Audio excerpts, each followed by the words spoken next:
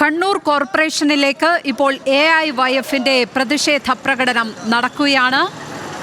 തെരുവുനായ ശല്യത്തിൽ പ്രതിഷേധിച്ചാണ് അവിടേക്ക് മാർച്ചായി AIYF എത്തിയിരിക്കുന്നത്. ഇന്ന് കോർപ്പറേഷന് മുന്നിലേക്ക് ഇത്തരത്തിലൊരു മാർച്ച് നടത്തുന്നതുമായി ബന്ധപ്പെട്ട് കഴിഞ്ഞ കുറേ ദിവസങ്ങളായി കണ്ണൂരിനകത്ത് നിറഞ്ഞു നിന്നുകൊണ്ടിരിക്കുന്ന ഒരുപാട് സംഭവങ്ങൾ, തെരുവുനായ അടക്കമുള്ള വിഷയങ്ങൾ കണ്ണൂർ കോർപ്പറേഷനകത്ത് വലിയ വിഷയമായി വരുമ്പോൾ അത് വേണ്ടത്ര ഗൗരവത്തിലെടുക്കാതെ കോർപ്പറേഷൻ മുന്നോട്ട് പോവുകയാണ്. നാടിനകത്ത് നല്ല റോഡുകളുള്ള കേരളത്തിലെ ഏക കോർപ്പറേഷനകത്ത് ഇതൊന്നും സാധ്യമാകുന്നില്ല എന്നുള്ളതാണ്. 3-4 വർഷക്കാലമായി പൊളിച്ചിട്ട റോഡുകളും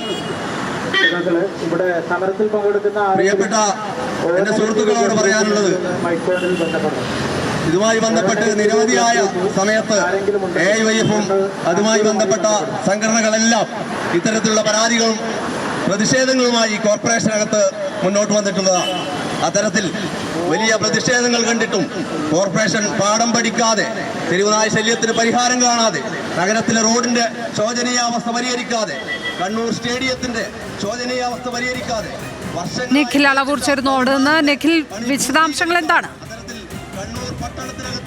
ആവശ്യമായ സൗകര്യങ്ങളൊന്നും ഒരുക്കാൻ കഴിയും. ലക്ഷ്മി പത്മ, കണ്ണൂർ കോർപ്പറേഷനിലെ വിവിധങ്ങളായ വിഷയങ്ങൾ ചൂണ്ടിക്കാണിച്ചാണ് AIYFന്റെ നേതൃത്വത്തിൽ ഇപ്പോൾ കണ്ണൂർ കോർപ്പറേഷനിലേക്ക് ഇത്തരമൊരു മാർച്ച് നടത്തിയിരിക്കുന്നത്.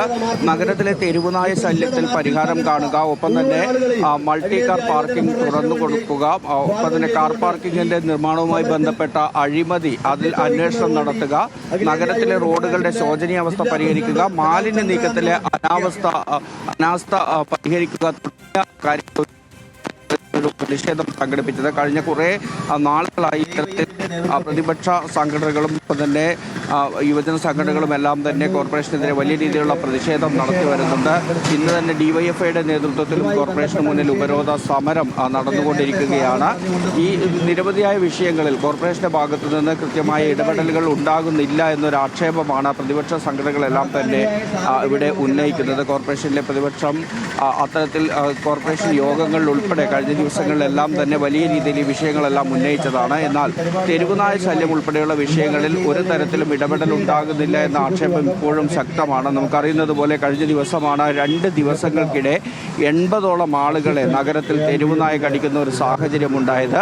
ഇത്തരം പ്രശ്നങ്ങളൊക്കെ ഉണ്ടാകുമ്പോഴും കോർപ്പറേഷൻ കൃത്യമായി ഇടപെടൽ നടത്തുന്നില്ല എന്ന ആരോപണം ഉന്നയിച്ചുകൊണ്ടാണ് ഇത്തരത്തിലുള്ള പ്രതിഷേധങ്ങൾ നിരന്തരം കോർപ്പറേഷൻ മുന്നിലേക്ക് നടക്കുന്നത്. കഴിഞ്ഞ ദിവസം BJPയും ഇത്തരത്തിലുള്ള പ്രതിഷേധങ്ങൾ സംഘടിപ്പിച്ചത്. ഏതായാലും കോർപ്പറേഷനെതിരെ വലിയ രീതിയിലുള്ള പ്രതിഷേധം തന്നെയാണ് ഈ വിഷയങ്ങളിൽ ഇപ്പോൾ നടക്കുന്നത്.